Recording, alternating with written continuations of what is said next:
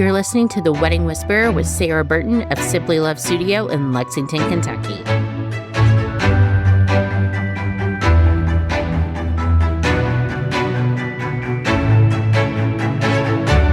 I'm here today with Michelle Franzetti with Franzetti Photography.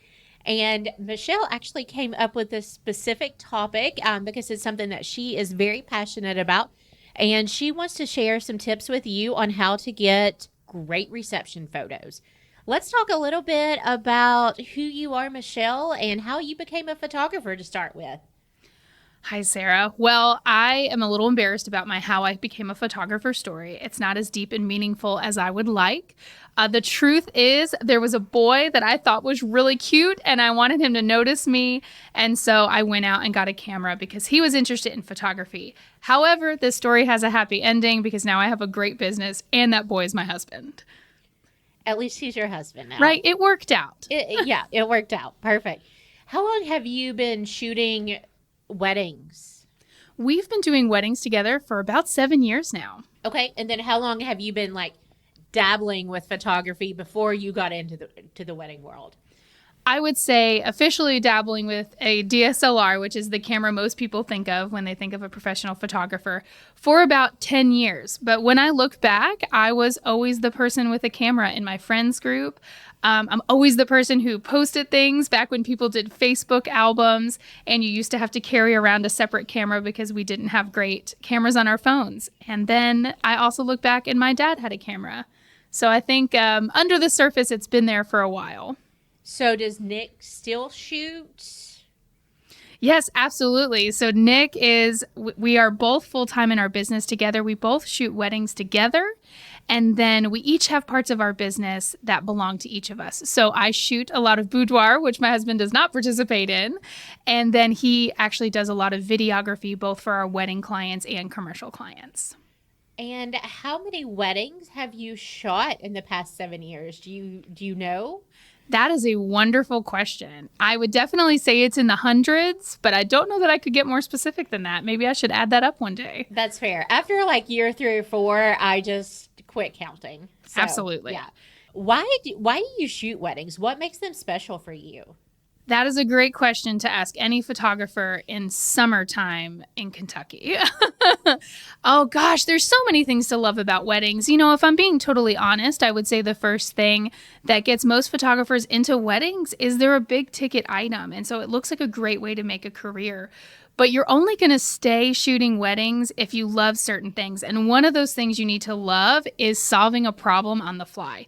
You have got to love being a problem solver. You have got to love thinking on your feet. And weddings are an endless opportunity to stretch that muscle. And so each wedding is unique. Plus, I mean, let's be honest, I get to be around people on their best days, people who are in love, people who are surrounded by people that they love. And so I think that makes it a really unique career. Do you still get nervous on wedding days?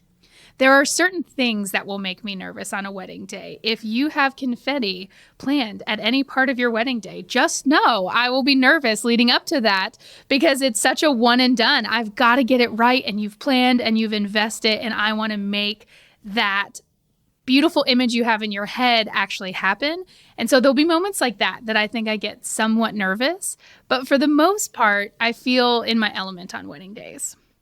In your head and your brain and even the car ride and the conversation on the way home, are you ever like, oh, I wish I would have done this, or I wish I would have captured this? Do you ever have those moments? Oh, 100%. I don't know if it necessarily happens in the ride home because I think I've given everything I have to give mentally and physically on a wedding day. But when we load the photos in, I think, so when photographers load their photos in, we do a process called culling, which means we pick the good photos and get rid of the bad. And to me, that's the hardest part of the process because I have to come face to face with any moments I may not have captured in the way I would have hoped, or just anything not going perfectly. I think there are always going to be those things I wish I did better, but that's what makes us an artist. We always want to do better. We always want to do more. We always want to be more creative, and that's why this field never gets boring.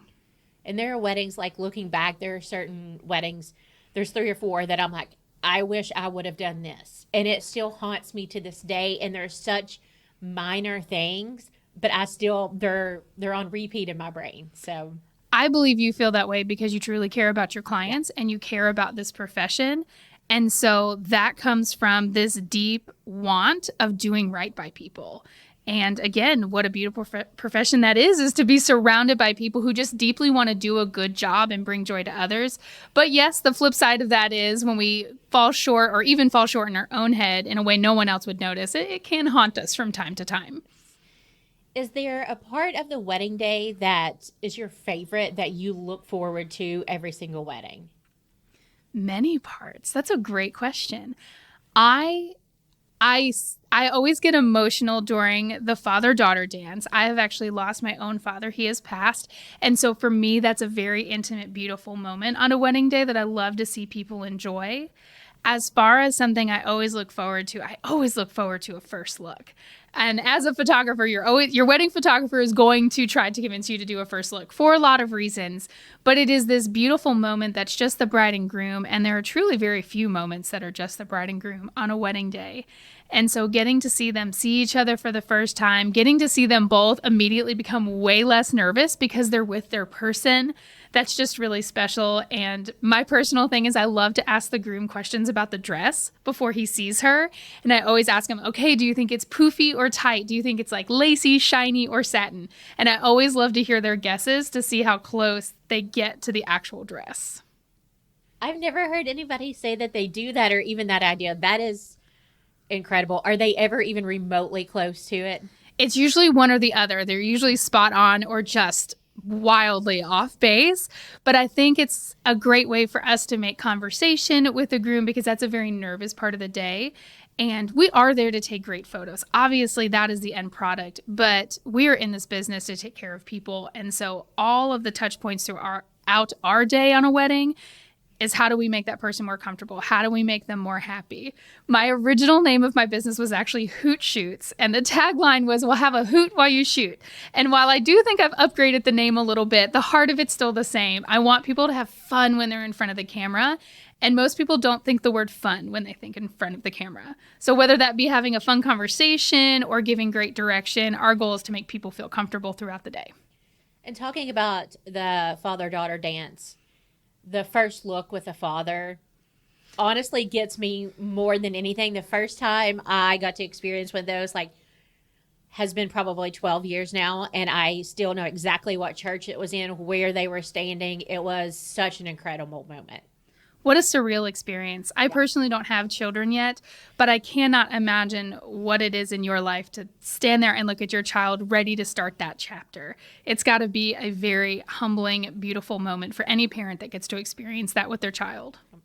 And so when you're experiencing a wedding day with a couple, how long are you typically with them during the wedding day? Really depends on the couple. We typically start at a base package of 8 hours, and most stories could be told in 8 hours.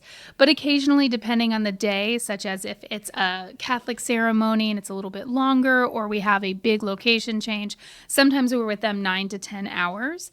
Whatever it takes to show the full story, and the full story to us is we typically say about an hour before the bride gets dressed and all the way through your reception. So you say for sparkler photos. Oh, sparkler confettis. photos. Yes, yes. Sparkler photos, which to me means I get to direct approximately 80 drunk people holding fire. But they make beautiful images. So yes, if a couple has decided to do an exit, which is what we typically refer to those things as, we do like to stay through to that because that's another part of the day that they've put their heart into. They planned, they've envisioned what it'll feel like walking out towards their getaway car. And of course, we want to capture that for them. So that kind of leads us to our main topic for today. Whenever we talked about bringing you on the podcast, you said something that you were so passionate about was great reception photos. Why is that something that you're so passionate about? Because honestly, I don't hear that often from photographers. I hear the sunset or, the dance at first dance, those things. What is it about the reception photos that's important to you? It's so funny because if I had to describe it, I wouldn't say I love reception photos for the most part. I do, but they're not the thing that gets us the most excited because we don't get to exert our own creativity at the reception. We do in things like portraits and details and stuff like that. So obviously a lot of photographers are going to gravitate towards that. However, most of the money of a wedding day and most of the time is spent at the reception. And so if we're there to capture the heart of what the couple has put into photography, we need to do a good job at the reception. And over the years, I've had the privilege of working with other talented vendors such as DJs who do a really good job at making reception moments happen. And I've learned that there's a lot you can do to get great reception photos. Obviously, you always hope your people will dance. Sometimes it happens and sometimes it doesn't. And so the tips I want to share today are ways to guarantee your photographer has a great opportunity to capture lots of photos of all the people you've decided are important enough to have at your wedding day. Okay, hit me with those tips. All right. So these aren't going to seem revolutionary, and some of them are kind of like trends, but I promise these 3 things have made a huge difference on wedding days. So the first one, and hang with me, Okay. is a giant group photo. Now, the group photo isn't what I love. The group photo's fine. You have everyone come out on the dance floor together, everyone who's able-bodied and able to join you. Have them come out on the dance floor, and you're going to get this big, fun shot of everybody. And that's great, but that's not where the magic is. The magic is the moment that photo is done, the DJ needs to jump on the mic and say, hey, everybody, now the couple wants to have a first dance with everyone at the reception and go right into a great song. And what that does is it means everyone's already out of their seats. Everyone's already standing on the dance floor. It's become more awkward to leave and not dance than to just stay and dance for a few minutes. And if you do that, your photographer is going to have a whole song where a ton of people are out on the dance floor and they're going to get lots and lots of images. In my experience, when this is done right, I get more images in that 10 minutes than I would get in a whole reception. So have you experienced this yourself? Is there a particular DJ that you kind of learned this trick from?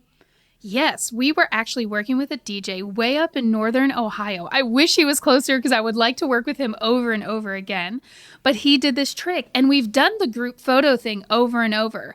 But the trick was immediately going into the dance and, let's be honest, almost guilting people to stay on the dance floor and enjoy a dance with the couple.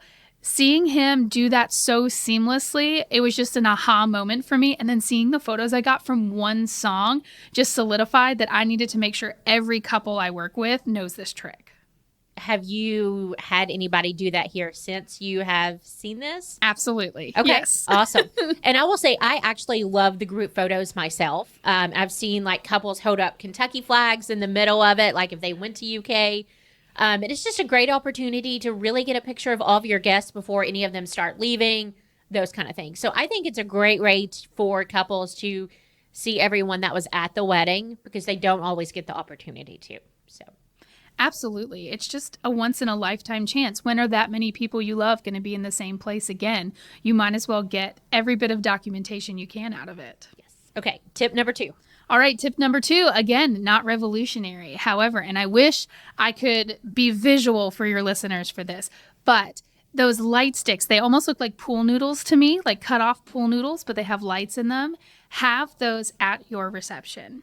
And the reason is, imagine standing in front of someone and they say, okay, dance. You're going to feel really awkward. You're not going to know what to do with your hands. You're going to do really awkward, like sad movements with your hands and with your feet. But if I hand you a big pool noodle and I'm like, okay, dance, all of a sudden you're just going to shake that pool noodle around. Your listeners need to know I'm shaking a pen around for Sarah right now to demonstrate. But I think it really helps people feel less awkward on the dance floor. They feel like they know what to do with their hands. They feel like it's less about them and more about a silly little light up pool noodle thing. There's probably a better word for it than pool noodle, but that's what it makes me think I know exactly what you mean right. by that. So right. They're like little LED pool noodles. And so I have seen at several receptions, if those are available, people are just so much more likely to dance. And this isn't just young people. This is kids. This is people in their 20s and their 30s, and then your older guests as well.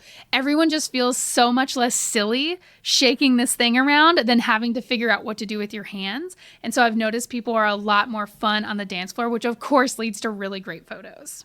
awesome. And then tip 3? Tip 3. I know it's a little bit of a trend right now, and I call it the rapid table photos. So you can do this two different ways. It's either the couple goes around to each table during one song at the reception, and again, your DJ is going to help facilitate this. So imagine you have all your tables, they start playing the song, and the couple runs to table 1, we snap a photo all together. We all run to table 2, we snap a photo together. You can do it that way, or you can have the couple sit somewhere and the tables come up in groups to the couple. I know this is a little bit of like a trend right now, but I do love it as a photographer because it ensures that we get an image of everyone at the reception. As I go throughout the night at a reception, I'm trying to mentally log who I've gotten photos of and who I haven't, because if that person was important enough to be at your wedding day, I know you want photos of them and I want to show up for you in that way. But it can be hard because depending on the size of the wedding, it is hard to keep track of people, and some family members really look alike. And so this is a great way just to make sure everyone feels included. Everyone gets an image from the day that makes them feel like they were part of your special day.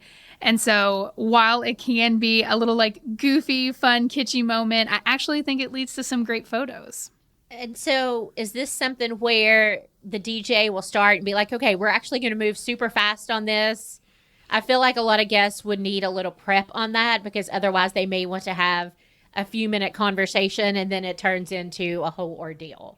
I think the beauty of it is springing it on people. I really do. And I know that's everybody's photography worst nightmare, but it's usually done within one song. Like the goal of it, the game of it is usually to get around to every table in one song. And DJs can work a little DJ magic. So if you're not going to make it, they'll add some to your song. Don't worry. But going around really quickly before time, people really have time to think about it or stress about it. I actually think that's a gift in a way. Just have a fun photo, go for it, whatever it is. And then you have that memory with the bride and groom. That's awesome. I love those tips. Those are actually all amazing. I had no idea what you were going to tell us today. Is there anything that we talked about your favorite parts of things that you like to shoot during the wedding day. Is there anything that you maybe don't love or it doesn't always turn out the way a couple thinks it's going to turn out in their photos? I would talk about a part of the day that I think is more stressful for couples than they anticipate, and that's the family formals. So family formals are those photos that you think of with all your aunts and uncles standing somewhere, everybody's standing straight, looking at the camera, very traditional photos. We do always set aside a part of the day for that because we want your family members to feel valued. We want them to have that memory and that important moment just for them to celebrate time with you. So while I do think they hold an important place on the wedding day, there's something I would encourage couples not to spend a ton of time on, and there's a couple reasons why. Number one, if there's a point in the wedding day that I see tensions rise, it's always during that.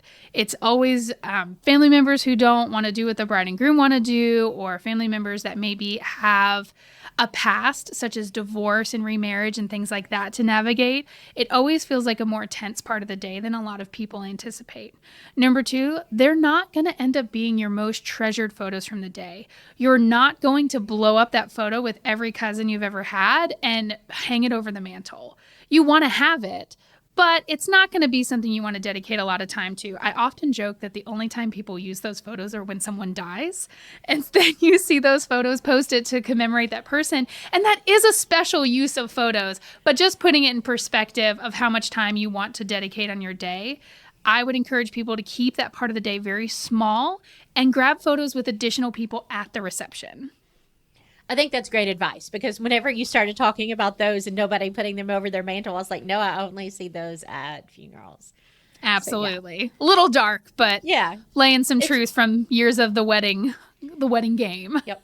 Perfect. Is there anything else you would like to share with couples about photography as a whole or your experience? Oh my gosh, of course. I could talk for hours. But my main thing would be to have open and honest conversations with your photographer, especially about the timeline of the day, because my belief is if you have a good timeline, you're set up for a great day. And there are things, you might think you need 5 minutes to get into your dress and your photographer is going to tell you to book 20. And that might seem crazy, but it's because we've seen hundreds of brides put on a dress. So trust your photographer with the timeline, but also communicate with them very openly about your priorities. And so they can take those priorities into consideration when helping guide you through the day. Perfect. And Michelle, share with everyone your social media. You can basically search Franzetti Photography and find us. That's a good thing about having a weird last name. I show right up. I think there's a Franzetti, maybe that's a race car driver, and that's not me.